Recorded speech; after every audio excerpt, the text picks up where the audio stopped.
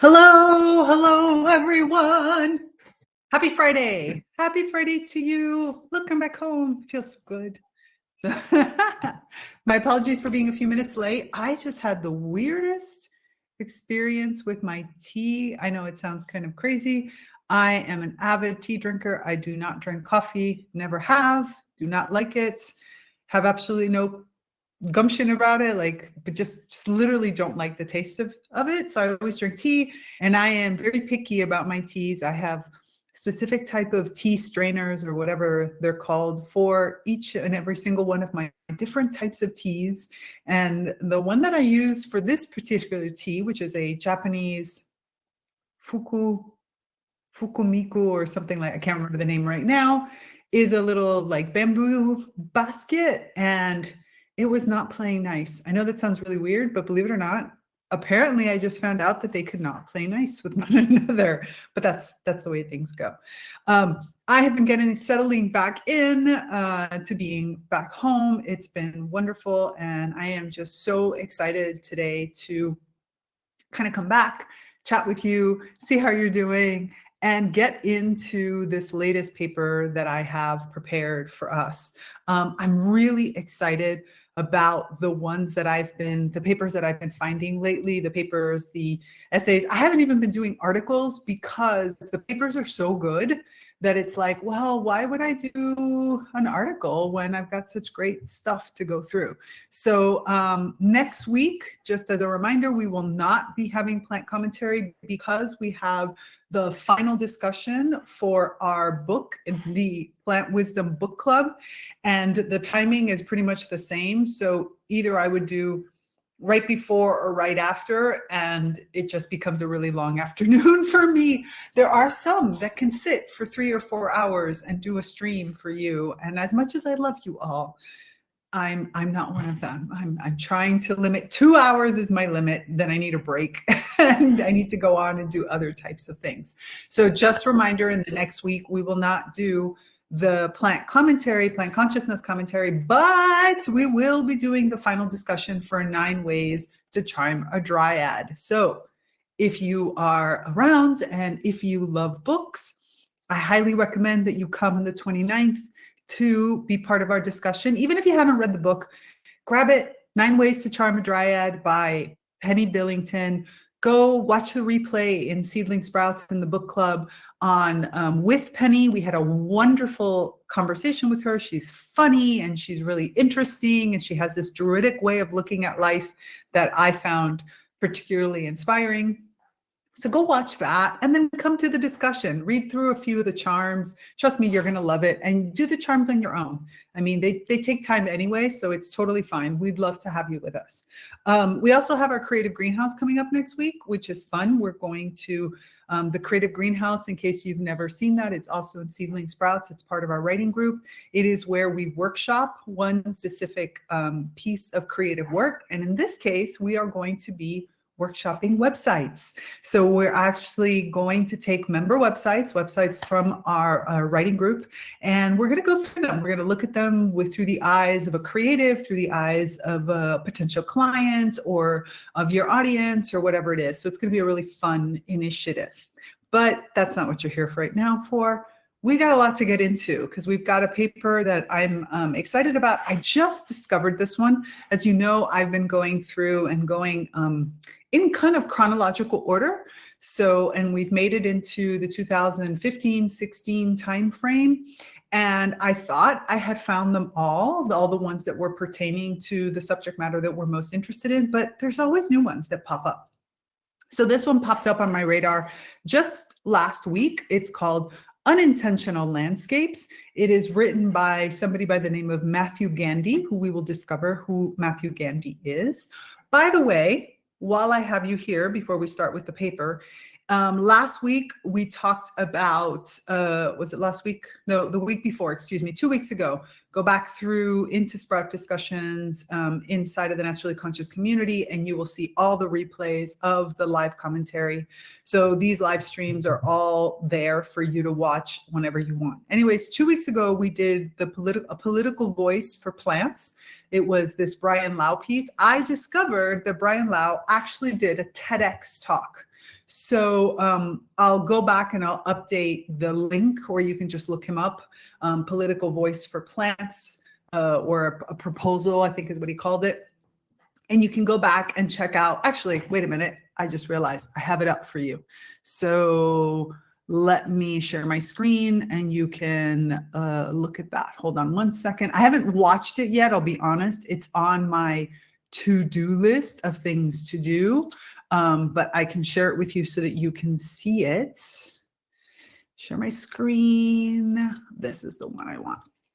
Okay, so here it is. This is The Political Plant, Empowering the Voice of Plants, Brian Lau. It's TEDx Markham Public Library. It was 7 years ago, which is interesting because I think his paper, well, I guess, yeah, now the paper was written 8 years ago.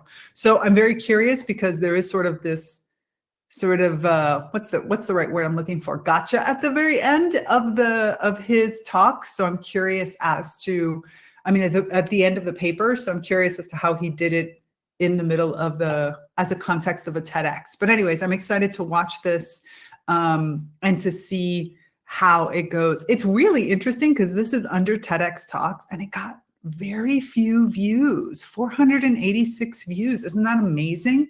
Like most of the time, all of these have hundreds of thousands, if not millions of views, 39 million people. And this tells you something about the landscape in that time. In 2000 and what is this, 7 years ago? So it's like whatever, 2016 or so, when he did this. Is my math wrong? No, my math is pretty much 2016, 17, somewhere around there.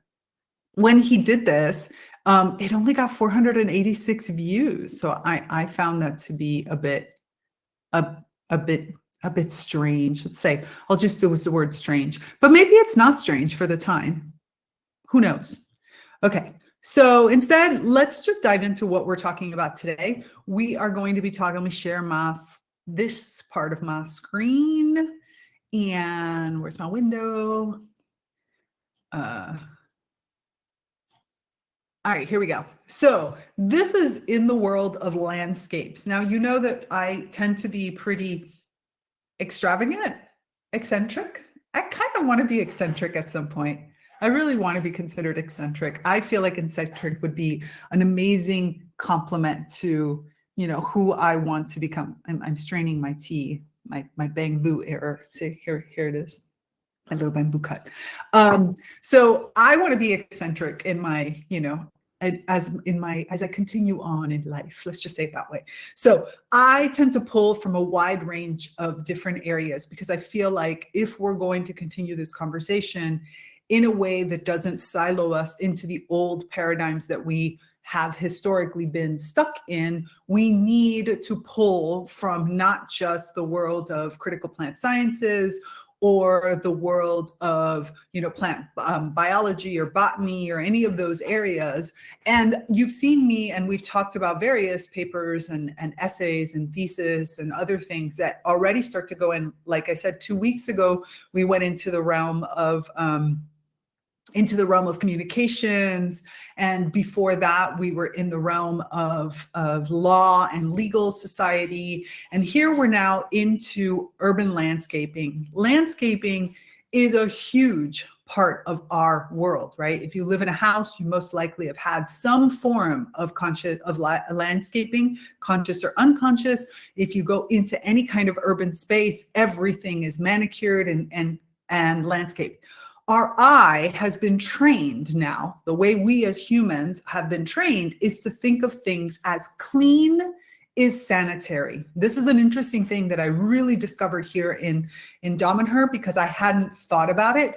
Wild is, even when we're talking about plants in the landscapes, even if we're talking about small wooded areas, people's homes, wild is considered dirty. And clean means it's manicured. And there's actually this sort of fear that those wild spaces are even dangerous. And I found this extremely interesting. I'm not even going to get into the fact that cleanliness is associated to chemical smells, because that's an even greater part of that conversation, but let's just not go there right now. For right now, I found this really interesting because when I was doing my master's, so here I am, one of the topics that we talked about was landscape design from the perspective of plant intelligence and plant collaboration. And, you know, my master's is in plants, social innovation and design in a school of architecture, specifically looking at social architecture, the way that we build the built environment in order to create more interaction or many times more separation. How do we create affordances, things that people naturally know how to do based on the way that the things have been designed? A great example is if I see a door and there's no handle on it, I naturally think that it's a door that I need to push open. I don't think about pulling it. I don't have to put a sign that says push if the door is designed in a way that it looks like it has no handle, like it looks like it moves. There's just ways that we design the built environment. And landscaping is a very, very big part of this. So when I saw this, unintentional landscapes, I was really excited to kind of see where they were going, where this Michael Gandy is going with this conversation. But I just want you to kind of keep in mind as we go through this paper that landscaping is way more than just something about beautifying our homes or our spaces. Landscaping is an incredibly important part of the urban landscape, which is where we see the most amount of separation between humans and plants. So good landscaping needs to redefine the interpretation that we have around what is our relationship to nature, what is safe and healthy. Because again, remember, as I was saying at the very beginning, wild is considered dangerous and oftentimes even unhealthy, something that can cause harm in some ways. So how do we, and that's really just been a conditioned response. It's something we've conditioned into people. How do we create safe spaces for wildness to occur, safe spaces for the natural landscape to commingle with the built environment is an area that is extremely important for different studies. Also because, of course, being that we spend the most amount of our times in some kind of a city environment, it also means that our health is tied to that city environment. So rewilding these spaces is not just about beauty and defining beauty, but it's also about our health.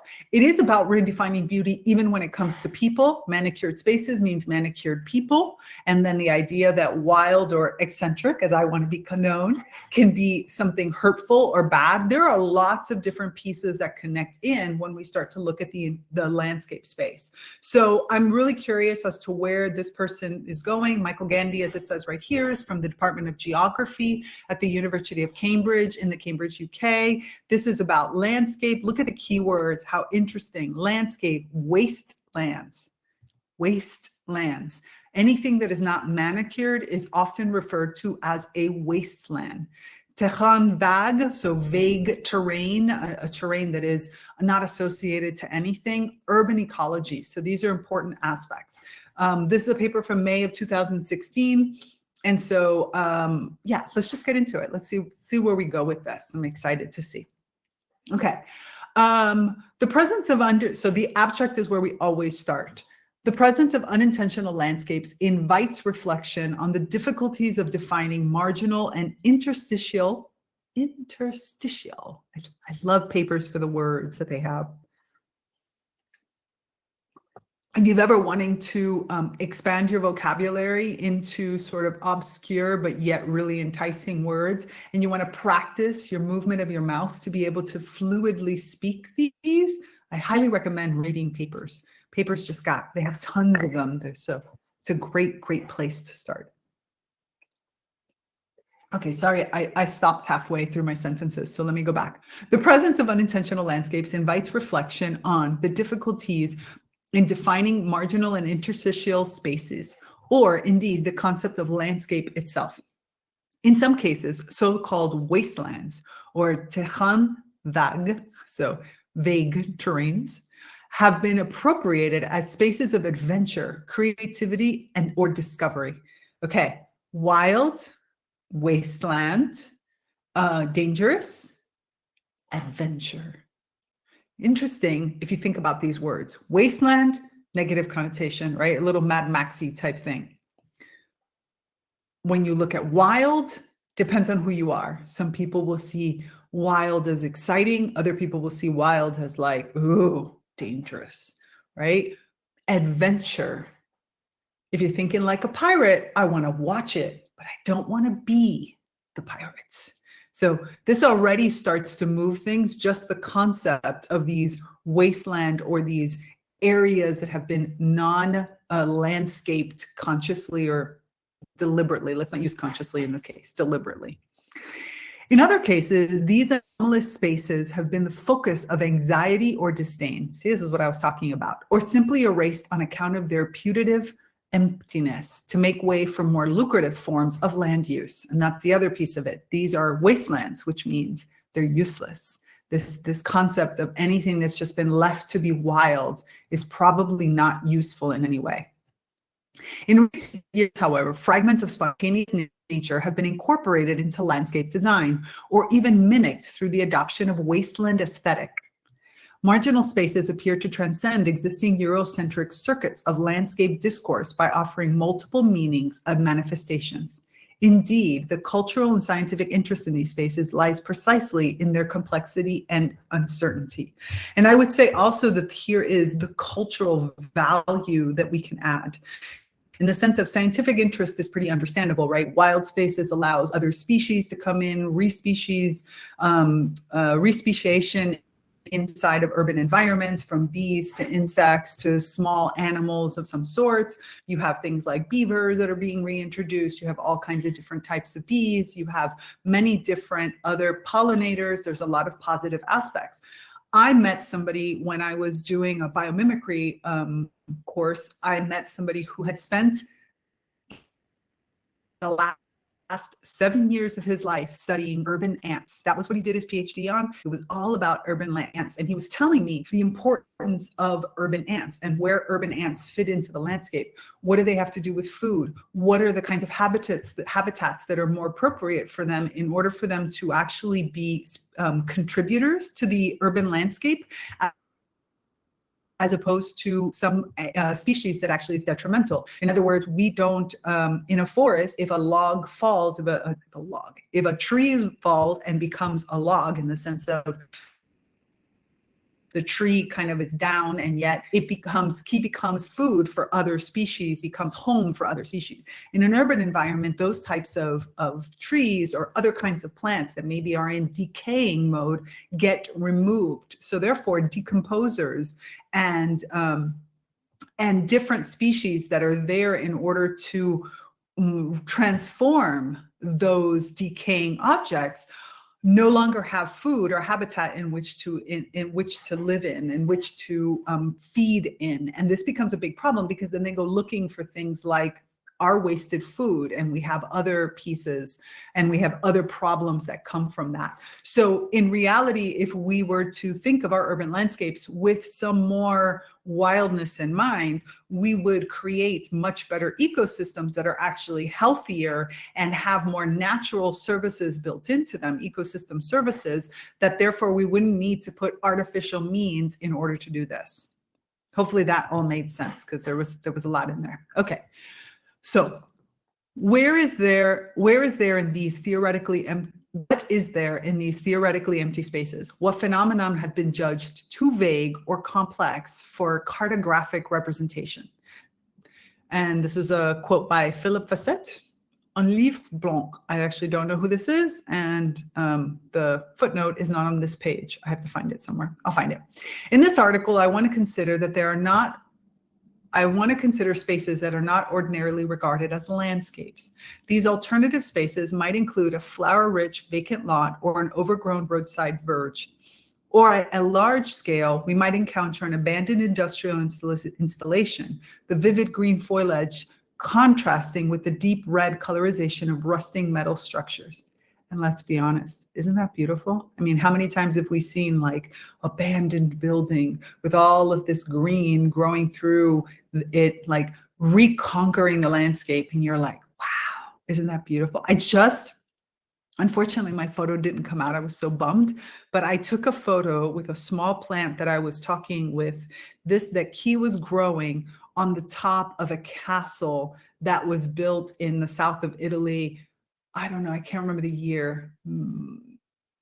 1600s, I think, is where this castle was from. And this little plant was growing from the topmost part of this castle. And I was having a very interesting conversation about why the plants or how the plants had even arrived there. Because even if seeds floats, let's assume that the plant didn't come from the bottom, but was more like arrived, had to be, I guess it had to be a bird, because there was no way that a seed was just going to fly up there all by its own.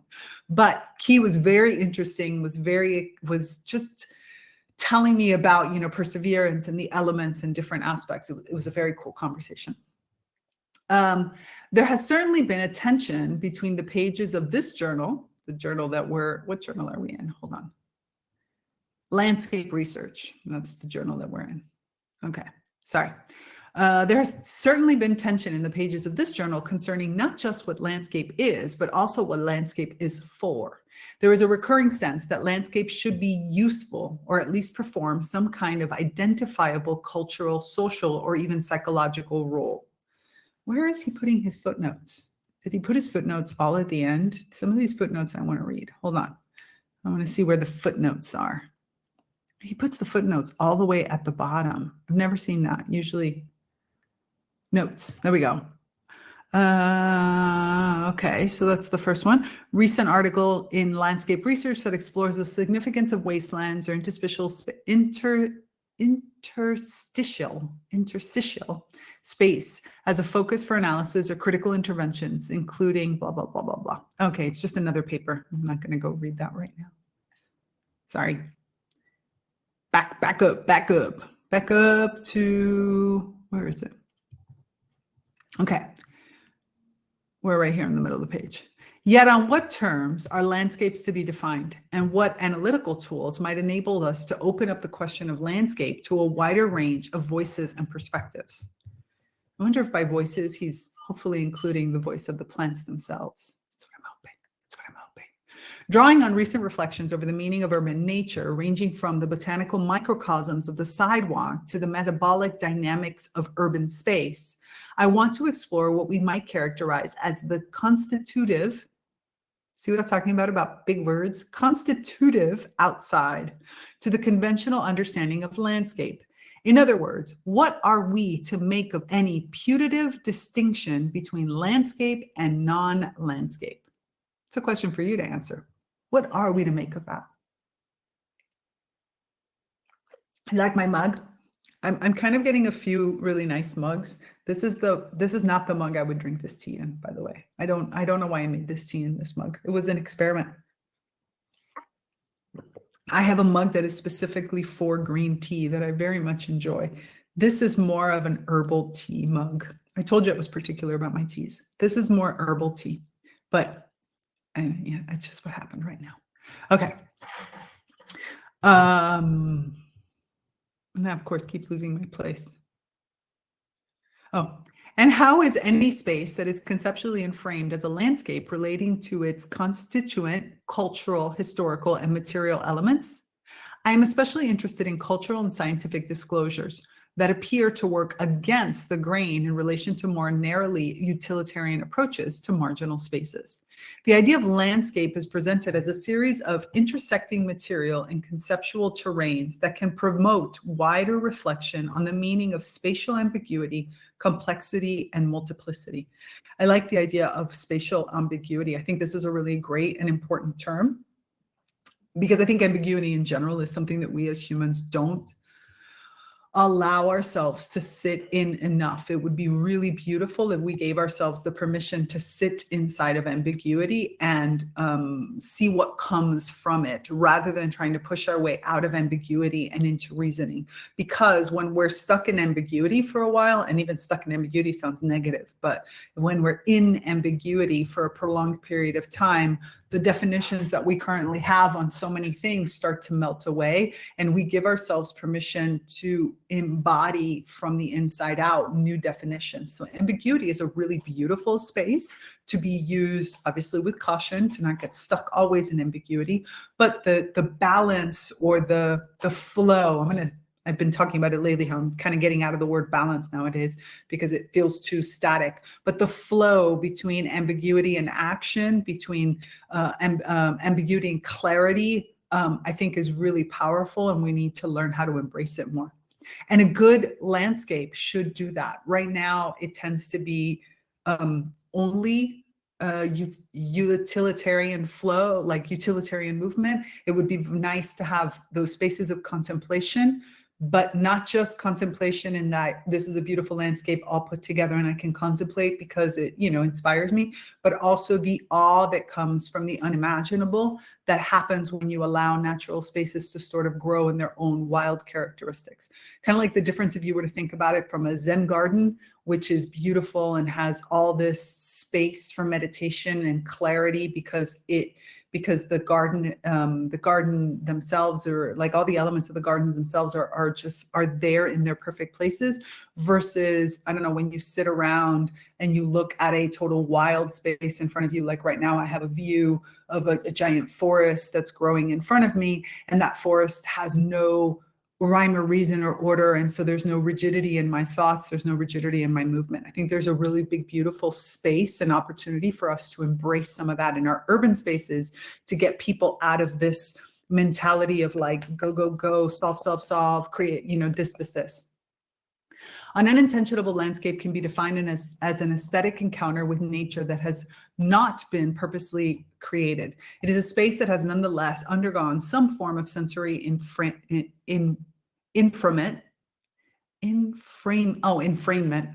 Wow.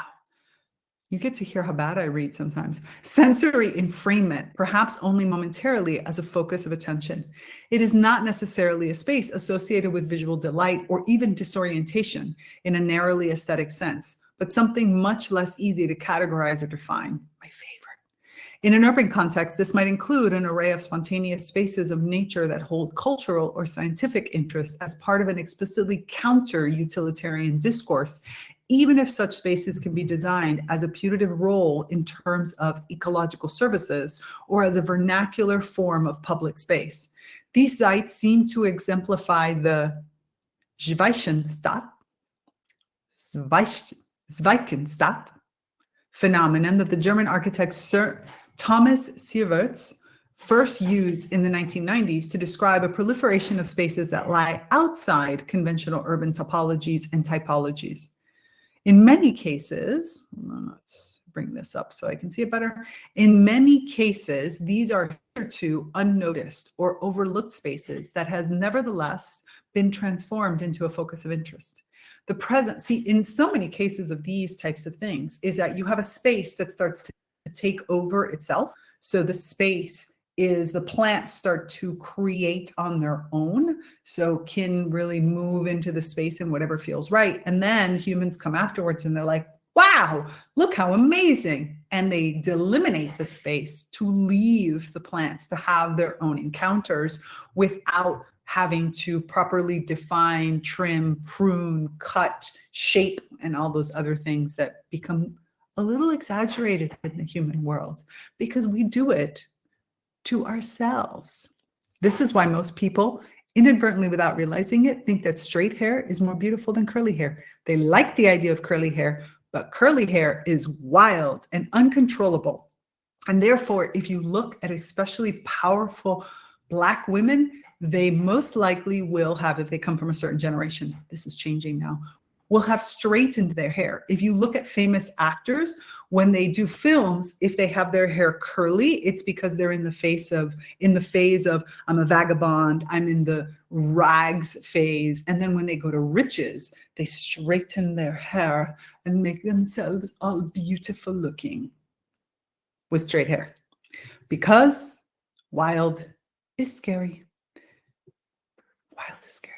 I'm going with wild. I mean, look at this. I mean, this is definitely in the wild range right now. Okay. Let's see. The presence of unintentional landscapes connects with a myriad of zones of neglect that have proliferated alongside human activities at a global scale. The unintentional landscape is not of a primal landscape in the sense of wild nature serving as object of aesthetic contemplation. It is not an idealized landscape that conforms to some pre-existing conception of the innate relations between nature and culture. And it is not a designed landscape allied to particular social or political goals. It is a landscape in spite of itself, a focus of intrigue or pleasure that has emerged irrespective of its anomalous or redundant characteristics. The Swiss sociologist and landscape theorist, believe it or not, many landscape theorists or sociologists, landscape designers are actually sociologists, the same as architects. There tends to be a lot of sociology in architecture. Did you know that? It's very interesting. You can sort of think about why, but the Swiss sociologist and landscape theorist Lucius Burckhardt reminds us that to notice a landscape is a creative act brought forth by excluding and filtering certain elements. Burckhardt's insistence that the experience of landscape is an encounter between preconceptions and material elements is useful in the context of marginal spaces, since their appreciation or recognition involves active process of unlearning dominant perceptions of cultural worth.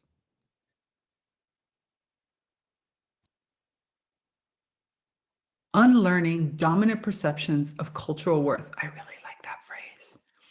The idea of landscape is difficult to disentangle from European cultural traditions, although certain parallel developments toward idealized natures can be discerned within fields such as art or garden design in East Asia and elsewhere. The shift in the meaning of the word landscape from a form of legal demarcation to an aesthetic tableau encompasses several interrelated sets of processes. The enhanced technical possibilities for the modification of erstwhile natural environments, the emergence of new taste for cultural artifacts or experiences, a changing attitudes towards nature itself as a focus of both control and pleasure. Control and pleasure. See, this is what I'm talking about. Landscape is really about control. It's an extension of human control over the plant world in focused environments to fit an aesthetic, a frame, a preconceived notion, something that humans want to do.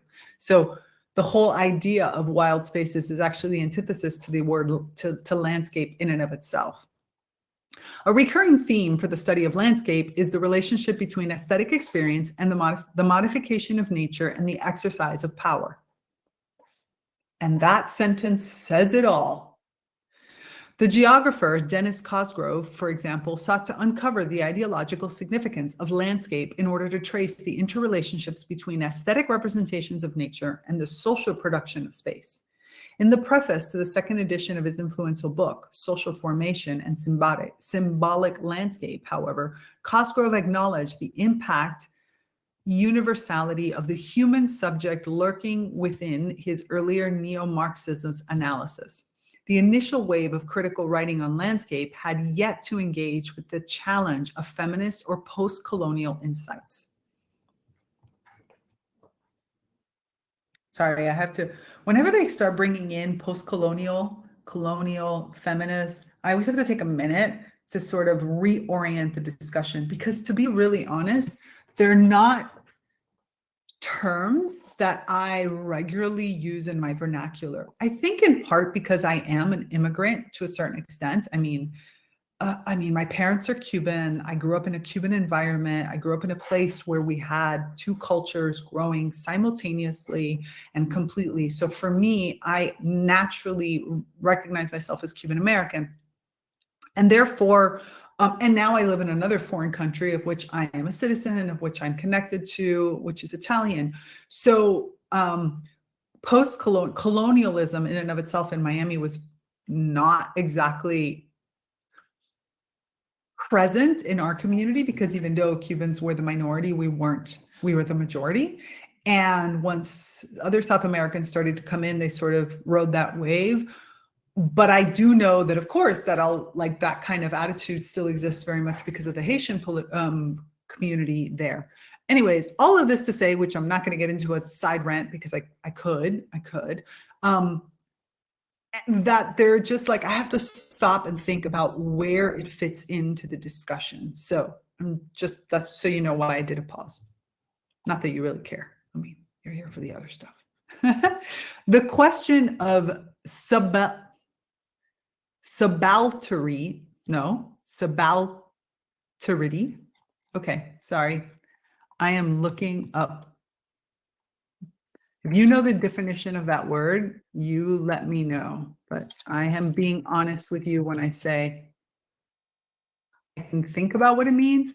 Subaltern, lower status, implied by another proposition as a particular affirmative is by universal one, but not implying it in return.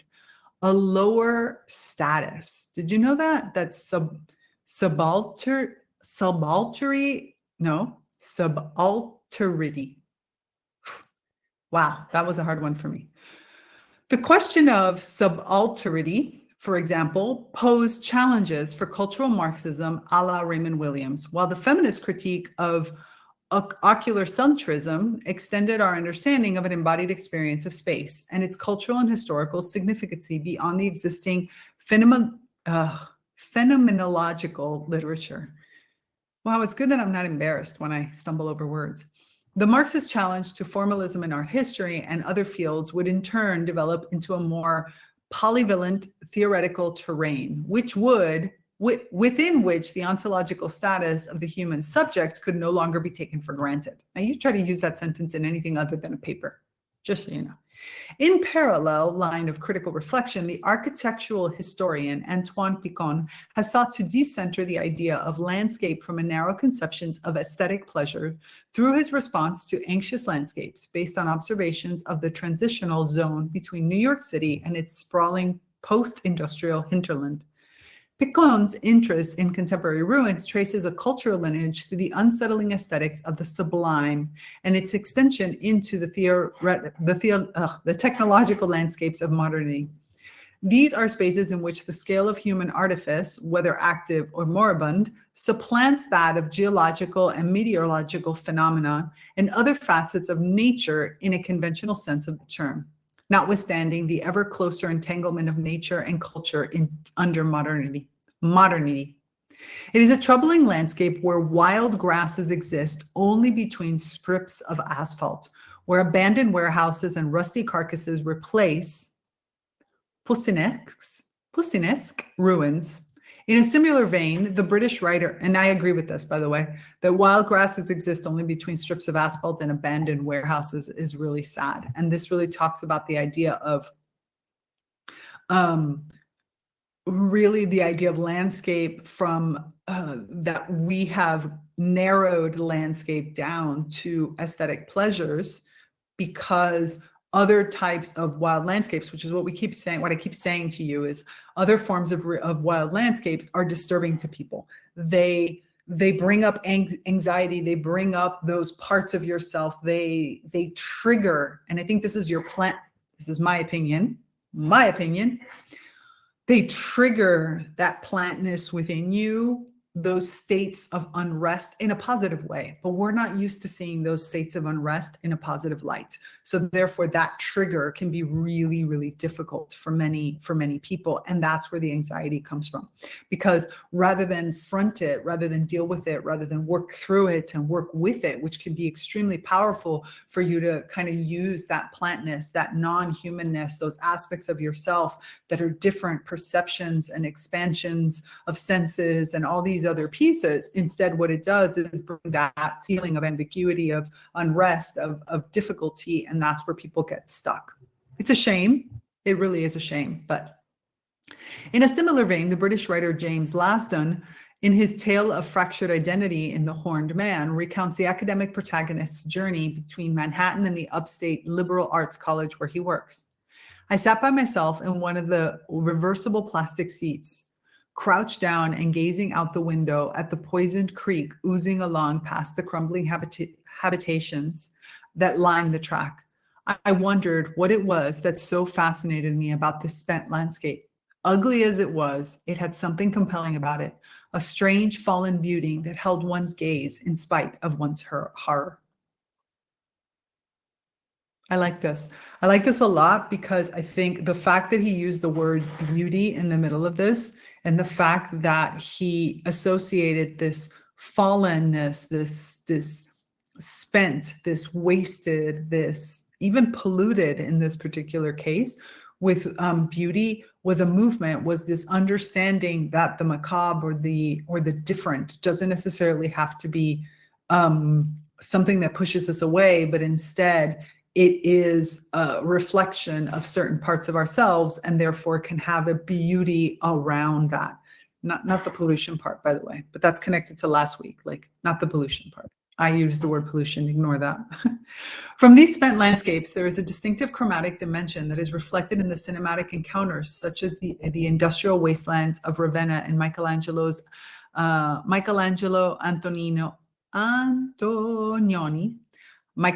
Antonioni's Red Desert, or the outskirts of Tallinn in Andrei Tarkovsky's Stalker.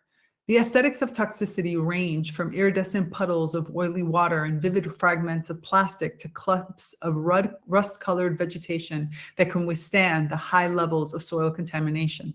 For some commentators, such reviled spaces can be refashioned, recycled, and rehabilitated. Whilst for ecologists exploring former industrial sites, these toxic spaces produce unique botanical assemblages that can serve as a focus for research, for scientific research. These devalorized spaces clearly unsettle the organizational telos of modernity. The jumble of dilapidated structures and rank vegetation appears to represent a late modernist reprise of the Romanticist ruin aesthetic. Yet, as Andreas Huyssen has pointed out, there is something particularly unsettling about contemporary ruins as a kind of utopia in reverse. Sometimes these papers have such great quotes. I'd love to hear what you think about that quote in particular, right? There's something particularly unsettling about contemporary ruins as a kind of utopia in reverse. It's really the idea of, to me, honestly, there's different types, because I think that abandoned places that are being reconquered have one aesthetic. And of course, I'm thinking about even places that may be contaminated but that there is vegetation that is taking over, that is, as I said, rehabilitating, not from a human perspective, but from a nurturing perspective of the plants coming in and saying, we're going to take care of this, right? You have radiation zones where plants are eating through that contamination, that radiation. They're taking it into their bodies, are exploring and using and transforming and creating new safe spaces for us as humans. And I think that that is the beauty that my plantness resonates with. There's a piece of that is like, oh, how gorgeous. I think things that are actively being polluted is a whole different story. And that instead riles up in me this anger, this frustration, this desire for change and action, which are all important pieces that need to be addressed. So, but I think for the purposes of this, we're not talking about active pollution or active spots that are being encroached on by humans or whatever. We're talking more about these abandoned spaces and the beauty of the planet, of all of the species, especially the plant species and all of our plant friends taking over and saying, we're going to take care of this. You're not capable as human beings. You create this stuff and then just leave it here. I'll take care of it. I'm going to create something beautiful from it. And I think that that's, to me, what my plantness seems to resonate with these spaces. Okay, kind of utopia in reverse, where connections between memory and authenticity appear to have been broken. By the way, I'd love to hear what you think. Like, what do you think this utopia in reverse is? What is it that keeps us focused on these types of areas, that sort of catches our attention, that adds to our contemplation and our reflection? The idea of the wasteland or unintentional landscape can be defined as much by the emotional and psychological effects as any recourse to material distinctions. Those Situated in the present, it is connected nevertheless to the 18th century emergence of the anti-picturesque in relation to art and landscape design. Given the close association of the word wasteland with desolate, remote, or uninhabited places, there is something especially poignant about reflecting on forms of spatial abandonment or neglect within the context of modernity. There is a distinction to be made here between ruins as cultural artifacts, including the effects of time and allowing technological structures to be absorbed or reconciled with their physical settings, and the process of ruination under which places experience dislocation, disinvestment, or even violent destruction. I also want to add one more thing, because when I was doing my master's, we talked a lot about architectural plants plants in archaeology. Excuse me about that. Plants in archaeology, we talked a lot about that because many of our archaeological spaces are deplantized. In other words, like when deplantized, that's my word, I like that. When an archaeological space is discovered, it usually has tons of plants. And you've heard me talk about this, especially when I go to Egypt, and the fact that many of these plants, if not all, are ripped out because what is to preserve is the buildings. When in reality, many of those plants are either were the same exact plants that were there from the very beginning, or are generations of those plants that have come in. Sure, there are also extra plants that come in, and the evolution of that space is not just the buildings and the way the buildings have been held and preserved and all those types of things, but also the vegetation that has grown around to support and that building, the plants that have grown through the walls in order to ensure that the walls stay up. Not only that, you also have an entire kind of cultural history that you're pulling out when you rip out all of these plants. You have a lineage and a coexistence and a mutualism that has been pulled out when you do that. I'm not going to get into it right now, but I do think that this is a big part of it, where we have to remember that our spaces are not the buildings that were created in them. They are the architecture, the landscape, or the area and the terrain around those buildings too, either when those buildings were intact. Trust me, ancient kind of amphitheaters, external theaters and such like that, Roman theaters and Greek theaters and stuff, did not have no plants like we see them today. They really didn't. Just like the Egyptian areas, like when we look at the Egyptian ruins or Egyptian monuments, today they have no plants around them. It wasn't like that before. There were plants there, lots of them. And we've lost all of that connection and all that richness by pulling all of those out. I'm being very slow right now. Okay. Where am I? There are distinctions. Okay, sorry. The question of how these spaces came into being connects with the etymological ambiguities of the word waste that incorporates both the Latin vastus, meaning unoccupied or uncultivated, but also the French verb wastin and the action of laying waste, as well as later meanings derived from excess, loss, and wastage. In John Barr's book, Derelict Britain, for example, it is not merely the aesthetic characteristics of destroyed or abandoned places that concern him, but also the political interest and forms of land ownership that lie behind the despoliation of the landscape and the devastation of communities. The recognition of unintentional space landscapes can be contrasted with the utilitarian import of the term brownfield, or the pejorative deployment of wasteland as a prelude to the erasure of ostensibly empty sites. Another important sentence. The term open mosaic habitat, for instance, has been recently introduced by urban ecologists, especially in the UK, in order to counter perceptions that previously developed land has no scientific value. It's not just scientific. I mean, if we expand science to also include the humanities, I'm all for the word scientific. So if we talk about perceptions and cognitions and psychology and expressions, then I'm good with the word science. But don't just put science in there and think that everything that our connection to these spaces don't count. Just by the way, that's me. The German word Brach, which roughly translates as waste or fallow land, has seen its meaning evolve into something more interesting in relation to post-industrial landscapes, tinged with a diversity of culture and ecological connotations. In the English language alone, there are many different words we might use to refer to non-designated elements of urban nature, ranging from edgelands, much better word, interstitial spaces, to the increasingly frequent adaptation of the French term terrain vague. The origins of the term terrain vague are somewhat uncertain. It is used to describe uncultivable ground in the Ardennes in the late 1860s. It appears in Isabelle Eberhardt's novel Jasmina to describe the location of a mosque on the outskirts of the Algerian city, and it also serves as the title of Marcel Carné's film from 1960 depicting disaffected youth culture on the edge of Paris. In the mid-1970s, the term is adopted by the French writer Jean-Michel Palmière for his Berliner Requiem in order to evoke anomalous elements within the urban landscape and his listless search for traces of the Weimar era. Most recently, the expression terrain vague has gained prominence through its elaboration by the Spanish architect de Solá Morales Rubio, who locates the idea within the history of urban photography.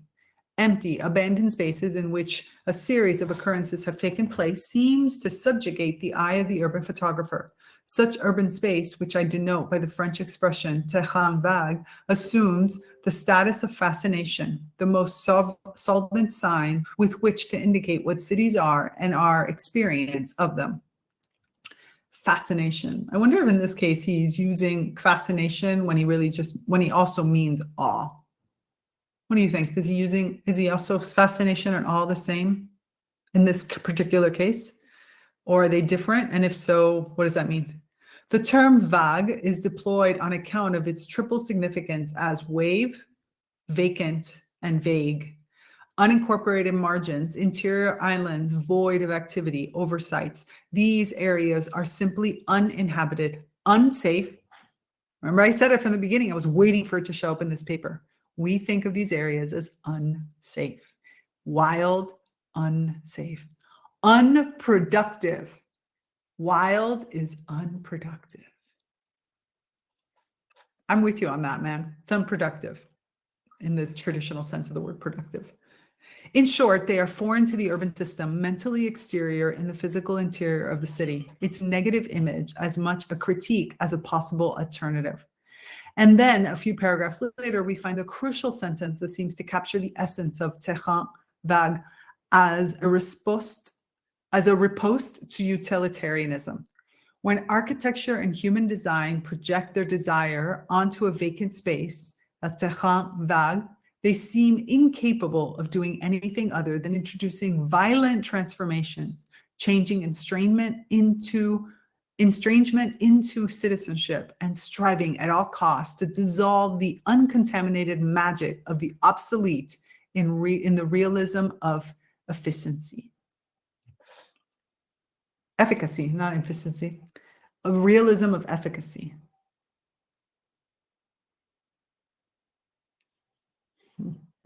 When architecture and urban design project their desire, they are incapable of doing anything other than introducing violent transformations, changing estrangement into citizenship, and striving at all costs to dissolve the uncontaminated magic of the obsolete in the realism of efficacy. That's a powerful sentence. That's an extremely powerful sentence. And it's true. In this sense, aesthetic judgments are inseparable from the political dynamics of urban space, where the term empty is often juxtaposed with unsightly. Unsightly. Remember, I was saying that unsightly. Anything that is not empty of human intervention and left to the elements for the beings of that element to create on their own is unsightly. To denote those spaces that are perceived to be threatening, there we go to that safety again, or lacking in any cultural economic value. An unintentional landscape implies an unsettling of the association between landscape and specific vantage point. There is a degree of detachment from pre-existing aesthetic or cultural expectations, of course, because nature's doing nature's thing, and we humans have lost our natureness. So therefore we don't understand what's happening, and we feel like it's not within our realm of aesthetic beauty because we can't control it. Urban and industrial wastelands can be spaces of aesthetic discovery, including acoustic, olfactory, and tactile dimensions that are routinely overlooked by a narrow sense of landscape as purely visual experience. So true, so true. These spaces can also serve as surrogate forms of public space, especially where there is limited provision of parks, constituting an element of the urban commons as set out in the classic exposition by the Sheffield-based ecologist and lichenologist Oliver Gilbert. The re-enchantment of urban space as a focus of play in its broadest sense is a profound challenge to an increasingly commodified, controlled, and denuded public realm. Yes, I love this. We need to reintroduce play, ambiguity, confusion, even in the positive senses of it. Being in a landscape as opposed to regarding it as a distance also has a methodological implications. In his cultural history of concrete, the architectural historian Adrian Forty notes how he avoids writing about places or spaces that he hasn't seen or directly experienced in a methodological lineage to Ray or Branham. Yet this strict attention to the observation of the physical need not to limit us to the earthbound world of pure matter that the medium's French name, béton, might lead us to suppose is the extent of its existence. Béton, like bitumen, comes from the Old French betum, a mass of rubbish in the ground. Sorry, I stopped for a second because we in Dominar have the Norwegian community where we have our ritual circle is called betum. And now I'm wondering if it's connected, if like Old Norwegian is connected to this. I'm making a mental note for myself. On the contrary, cursory inspection of the most debased lump of concrete rapidly takes us into a fugacious, not fungacious, fugacious world of beliefs and counter-beliefs, hopes and fears, longings and loathings. That last sentence alone is great. Counter-beliefs, hopes and fears, longings and loathings, and how it takes us into that space.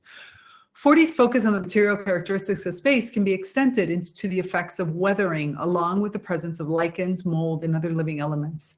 These observations underscore the blurring of the distinctions between organic and inorganic realms, so that marginal spaces and their accumulated material clutter can take on the characteristics of impromptu sculpture parts or other kinds of field installations. Have I ever told you, I know we're at the top of the hour, but we only have a few pages to go, so I'm going to finish this. Have I ever told you about my favorite sculpture exhibit in the Seattle Sculpture Park? If you've never been to the Seattle Art Gallery has a sculpture park that is amazing. And one of the exhibits, which I'm assuming is still there because it seemed like it was the type of exhibit that's going to last forever, is a down tree. And it's this beautiful exhibit. It's a down tree. And the down tree so you walk into this little sort of structure and there's a piece of glass, and behind the glass, open to the actual elements, is this down tree. And the exhibit is the decay of this tree. And it, of course, will take hundreds of years to completely decay. And when it decays, what does that even mean? Because the tree is giving birth. So there's ferns and all kinds of little insects, and there's other lichen and other kinds of matter because it's open to the elements. So it's getting rain, it's getting everything. And inside of it, there's these drawers. Yeah, for those of us that were part of the Ice Sprouts call, kind of similar to the drawers that Paul was talking about relating to what he wants to put in the Writers College for prompts drawers. So there's these drawers that open and show you different aspects of what is growing. So even though it's a down tree that implies to people the tree is dead, it's very much not dead. There are parts of the roots that are still alive. There's parts of the tree that's still sprouting and is still has new leaves. And then there are other parts of the tree that, of course, has died. And then there is all kinds of decomposers that have come into the space, mushrooms and fungi and lichen and different types of species, including other kinds of plants that have come on to be nourished by this decay. It's a gorgeous, gorgeous sculpture that was created, and it's very similar to what we're talking about right now, the impromptu sculpture parks or other kinds of field installations. As we move from architectonic to ecological encounters, the emphasis on direct contact becomes more systematic. The practice of urban botany, for example, brings the city to life through the elucidation of ecological patterns and surface complexities. The slightest differences in substrate or microclimate can produce a bewildering range of ecological possibilities. The study of urban nature, often involving multiple sorts of amateur and professional expertise, provides detailed insights into the distinctiveness and heterogeneity of urban environments, ranging from phenomena such as urban heat island effect to new combinations of fauna and flora drawn from multiple organisms. Ooh, I like that. We can see how unintentional landscapes, as represented by ruderal and post-industrial biotopes, have unsettled plant sociology, the study of distinctive species assemblages, through the need to create new appellations and explore different ways of incorporating the human impact into intellectual emphasis. And that's the whole point, right? The planet is constantly changing. These urban landscapes, these unintentional landscapes, are the creation of what happens when human and plant reconnect and start to co-create in some ways. It is a passive co-creation from the case of the human, because most likely the human is abandoned. It's an active co-creation from the perspective of the plant, taking over from where the human left off. It can be seen as a really beautiful partnership and help give us ideas into how we can do an active partnership in the future if we just give ourselves the space to actually do it. The scientific use of the ecosystem concept as a spatially identifiable assemblage of biophysical relationships is challenged by the complexity of urban biotopes and their multi-social ecological entanglements. In particular, the concept of urban ecosystem lies in the tension with a more diffuse understanding of urban space that is not contained within clearly defined administrative or material boundaries. Furthermore, there is an evident tension between the use of terms such as urban ecology or urban ecosystem as loose metaphors, exemplified by the recent remodeling of landscape ecology as an adjunct to earlier design formulations such as landscape urbanism, and the systemic application of such concepts within the biological sciences. In some cases, for instance, the term ecological design is invoked as little more than an adjunct to the exigencies of real estate speculation, or is attached to an intellectual property that lacks any critical relation to the historical dynamics of capitalist urbanization. And we're not even going to go into that part because this is just humans, again, wanting to find their little terms and their little categories in order for them to understand things the way that humans want to understand things. Not useful. There is a reflective relationship between scientific methodologies and modes of urban exploration. The urban transect, for example, provides a connection between botanical survey techniques and a variety of ways to engage with transitional elements of the urban environment. A closer engagement within between spaces revealed by journeys through Berlin, Paris, and other European cities reveals many distinctive ecological features, such as extensive stands of the tree of heaven. That's not a good thing. I love trees, I love plants, I love all of them, but the tree of heaven is not a very good plant. It's a very invasive plant, by the way. Alianthus altissima is a very, very invasive plant that takes over a lot of things. And this is part of the consequences that happen when we humans try to interact with native species by bringing in planted species and cultivars. A species which originated from China and northern Vietnam and has gone through several different stages in its use and interpretation. Originally planted as an ornamental curiosity with a tolerance for dry conditions, and then used as a versatile street tea, the species has slipped into relative obscurity by the 1960s, only to resurface as a ruderal species ideally adapted to urban environments.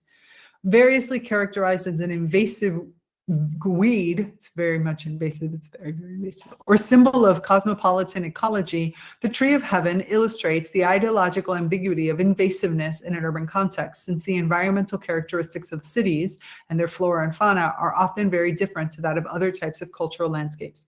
Yeah, one day we can get into we still need to have our conversation about invasiveness and native and what it means to be naturalized and all that. I have it as it's there, it's sitting there. I know we have to talk about it. Processes of urban and industrial restructuring, along with geopolitical factors, have generated a huge variety of marginal or redundant spaces. In some cases, the aesthetic and ecological characteristics of wild urban nature or Standwildnis, to use the German expression, have been directly incorporated into landscape design. The concept of park has shifted from the labor-intensive municipal landscapes of the past towards a different kind of cultural synthesis with urban nature. We can find examples of marginal spaces being transformed into parks, especially from the 1980s onward, as ecological arguments became more prominent within land use planning. In the case of Berlin, there are several instances where parks have been partially or completely modeled around scientific insights from urban ecology. But that's not where we want to go either. Like, why we always go from one extreme to the other? I'm not even going to try to pronounce that, for example, which opened in 2000, it's constructed on the site of abandoned railway yards and has been preserved in the form of a nature park with statutory protection for its biodiversity after a long political campaign won partly in recompense for environmental damage elsewhere. Because Berlin is very urban, just so you know, it's very, very urban. It's super cool. I liked living there, but very urban. So this is a very cool park. I remember this park. More recently, the prize-winning park Am Nordbahnhof, completed in 2009, along with a former death strip adjacent to the Berlin Wall, and the park Am Gleisdreieck, completed in 2013. Do not follow my pronunciation, okay? My German stinks. It's really rudimentary. Completed in 2013, have also incorporated elements of spontaneous urban nature, as well as various forms of biotropic mimicry that can foster a wasteland aesthetic. Oh, biotrope mimicry. That's an interesting one. The idea that they're actually creating areas that look like wastelands. I like that. I like that. That's already moving in the right direction, because then we get habituated, we get accustomed to it, and we can continue to do it. An earlier plan from the 1980s, however, to allow interconnected space of urban nature within the former West Berlin, the so-called Grünmitte, green middle, based on scientific recognition of the unique ecological characteristics of many so-called Bracken, was never realized as the post-unification emphasis on the redevelopment took precedence over other social environmental goals. Elsewhere, examples of parks. By the way, the reason for these interconnected spaces that can be really powerful is there is a paper that I read many years ago now, so I wouldn't even be able to give you the title, that talks about just one small corridor that connects two major areas. So you have like two major habitats, two ecosystems that are completely different or even similar or whatever it might be, but they're kind of far apart. Even if there's a narrow corridor that connects the two, that corridor acts as an ecotone that allows for each one of these two spaces to evolve faster or to evolve in a much more robust way, because there is a transfer of information. They don't exactly know exactly what's happening, but it was really cool because they've studied this in multiple ways. So having our green spaces or our ecological spaces or our more non-manicured spaces to be connected by any kind of green corridor is a big win. Just so you know, it's a big win because it helps keep everything healthier and evolving. Elsewhere, examples of parks that incorporate elements of abandoned landscapes include Toronto's Downsview Park, emerging from a former industrial military site, and New York's proposed reclamation of the vast Fresh Kills landfill site, scheduled for completion in the year 2036. Yet in these and many other cases, the relationship between urban design and the material characteristics of existing sites remains uncertain, even if selected fragments of the original landscape persist in a modified form. In addition to these attempts to incorporate pre-existing spaces of spontaneous urban nature into park design, we can also find an increasing range of ecological simulacra, ranging from examples such as Manhattan's High Line, which mimics aspects of other original vegetation and abandoned elevated railways, to various types of green roofs that provide flower-rich microenvironments suitable for bees and other thermophilous insects. To the use of wasteland aesthetic lies in tension, however, with discourses of ecological restoration and rewilding, where these are rooted in nativist conceptions of ecology that differ from cosmopolitan characteristics of actually existing urban nature. Okay, yes. Sorry, rewilding is not the same as urban nature. Not the same. Can be the same, but not necessarily. Because rewilding is something that happens spontaneously, that comes from what is there, where urban nature is about me introducing an aesthetic and potentially even introducing non-native species, as well as creating something that has a very specific focus or goal. The interest in ecological restoration has been especially focused on the re-engineering of river systems as part of the changing landscape between water, urban design, and metropolitan nature. In the case of the Los Angeles rivers, we could argue that one kind of cultural landscape, the concrete network of levees and spillways with their adventative vegetation, is being replaced by another equally artificial cultural landscape as part of an ecologically oriented process of urban redevelopment. And this is the big kind of this is the risk of when we try to take these spaces and we think we're wilding them, but we're really not rewilding them. All we're doing is transferring one form of contained aesthetic to another form of contained aesthetic. And is there a benefit to that? Probably in some cases, yes, but in some cases, no. In other cases, the historic associations between wastelands and the use of fallow land in agriculture have been revivified in an urban context to promote the production of food as an alternative utilitarian ethic emerging alongside other land using. The tensions between meanings and materiality become even more acute in the cities of the global south. In India, for example, fast-growing metropolitan regions incorporate several different types of non-design urban nature. Cities are typically intersected by interstitial spaces produced by railway lines, water pipes, and other technological networks. Fragments of old urban nature may persist as private gardens held by institutions or individuals within the fabric of the city. And larger areas, especially on the urban fringe, have occasionally been set aside as nature reserves, such as the Sanjay Gandhi National Park in Mumbai, dating from 1974. Severe pressures on space combined with extreme poverty mean that many so-called wastelands, including even the most precarious sites alongside poisoned creeks, busy roadways, or railway lines, are zones of human habitation. Parks, or more conventional forms of public space where they exist at all, are often the focus of intense conflict over different patterns of human use or entitlement. In many cities of the global south, we encounter virulent forms of bourgeoisie environmentalists, to use Amita Bhaviskar's term, where the ideals of urban beautification are used to underpin land speculation and the forcible eviction of human and non-human nature alike. A similar dynamic has been observed at the metropolitan fringe of Ho Chi Minh City, for example, by the anthropologist Eric Harns, who introduces the expression knowing into oblivion to describe how systematic data collection presages the elimination of marginal spaces. The unintentional, spontaneous, and the makeshift are often the rule rather than the exception, and the political conflict over rights and definitions has tangible and frequently violent consequences. Whole chapter in and of itself that I'm not going to get into right now because, I think we've been talking enough. Oh, we're at the end. The presence of unintentional landscapes unsettles existing spatial categorizations and even the idea of landscape itself. By re-examining the question of landscape and the complex historiographies of its different meanings and manifestations, we can move from narrowly ideological construct of cultural landscape towards a different set of conceptual vantage points. Marginal spaces of urban nature have engendered a variety of responses ranging from delight or indifference to various forms of fear and hostility. If we consider the scientific dimension of unconventional landscapes, the city can serve as a laboratory in material rather than metaphorical sense, which can help to elucidate the distinctiveness of urban space. Again, I'm just going to emphasize, I agree with this idea of also using a little bit our scientific curiosity to be able to protect these spaces for what they bring forward. I would just invite everyone to include the humanities, and the cognizant sciences and the arts as part of that scientific inquiry in order to enhance our better understanding and relation with these spaces. That's just my own request. I don't know if anybody around here is listening to that, but that's just my request.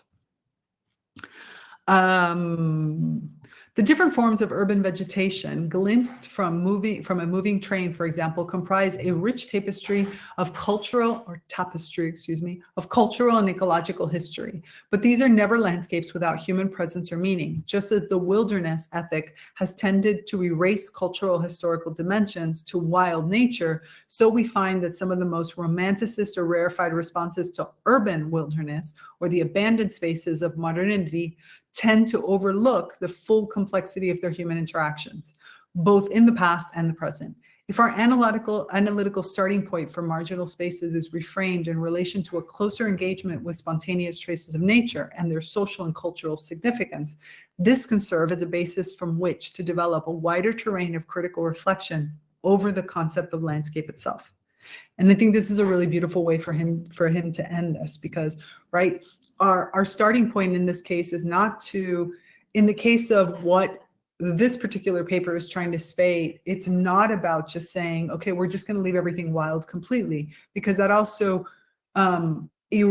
potentially erases the human aspects of this. Remember, we're looking for human-plant relationships, for multi and interspecies relationships to actually happen across all kinds of different organisms, including humans and insects and plants and birds and everything else that's going to come in to those spaces. So if our starting point for better understanding these marginal spaces, these spaces that are slowly being reconsumed, is one to create closer engagement between the species, we must take into consideration that humans are one of the species that's going to interact with this terrain. And that is part of the critical reflection that's going to happen around landscape, is to better understand how we can be better connections together, and better relationships rather than separations. So I found that relatively interesting. Hopefully you did too. So this is Unintentional Landscapes by Matthew Gandy. We went a little bit longer than I expected, because I thought, it sounds silly to just wait 2 weeks for this. As I said, we're not going to be having plant consciousness commentary next week, because we will be doing our final discussion in the Plant Wisdom Book Club, which happens around the same time. And I want to dedicate that space to there. But I'm glad that you were here and that you experienced this, and I'd love to hear your thoughts. As always, I will be posting this in the programs and replays section of Sprout discussions, and so that we can continue on this conversation. I think that the idea of unintentional landscapes, or landscapes in general, is an extremely important aspect not to be forgotten in our discussion around the plant humanities and about our interactions and our human-plant relations, thinking of the landscapes as more of, they don't have to be all one way or all the other, but instead can be a gathering together. And what do these wasteland spaces that are really spontaneous growth, how do they bring a new level of conversation and of possibilities and interactions between humans and plants and all these other species? You know me, I tend to focus on the plants, but we are talking about all the other species too. Yeah, so I'm really excited to see where this goes. And I will, when I post this, I'll also do the link so that you can download this yourself if you want. Most of the papers that I research are papers that are in the public domain, because I feel like that's the best way. Every once in a while, I'll have one behind a paywall that I'll find and get for you, but I'll also always let you know what that is. So that's the end for today's commentary. Thank you again for being here till the very end. And I am excited to continue this journey with you and to keep exploring these. If there are any topics or any papers or any conversation pieces that you come up with, please let me know, because between here and the Reconnect with Plant Wisdom podcast is where I'm going to be more exploring these types of topics. So I'm always interested into what are the aspects that are most interesting to you. This, of course, is very much connected to these papers that I'm finding, but hopefully the topics that come up from the papers become the topics that I'll explore in the podcast and in future master classes, where we can really get into the nitty-gritty details. We have another fantastic week coming up next week in the Naturally Conscious community, so I hope that you will join us there. We have our creative greenhouse on Tuesdays, where we will be exploring websites, and we have our writing time on Wednesday, where we will be going through, I have a whole series of new style prompts that I'm working on to really expand our perceptions and our ability to create, co-create with plants, beautiful written word, to explore this relationship deeper and to help kind of get us out of our current paradigm into shifting into. And we also have the Naturally Conscious Leadership Group also meets next week. And then our final discussion on the book on our 9 Ways to Charm a Dryad by Penny Billington. So I'll also be announcing next weekend the next book choice. We're going to be voting next week. So lots going on as always, lots of discussions, lots of conversations. So Jill writes, family and plant landscapes being conversations to forefront, bringing all realms together. Thanks. Absolutely, right? Absolutely, Jill. This is very much what we're talking about. We're talking about how we bring all of this together. And the article at the very beginning of this, I think I was talking about the political plants, empowering the voice of plants by Brian Lau. It's in one of the live commentaries 2 weeks ago, and this is the TEDx talk. If you have another article that you're thinking about, please let me know, because I don't remember right now from it. But that's it. If you have any other comments or questions, you know where to reach me. I'm always in the Naturally Conscious community, and that's the best place to find me. Until then, remember, resist the urge to hold back your evolving green brilliance. This is me, Tigrilla Gardenia. I'm out for the week. Have a wonderful weekend. Bye, everyone.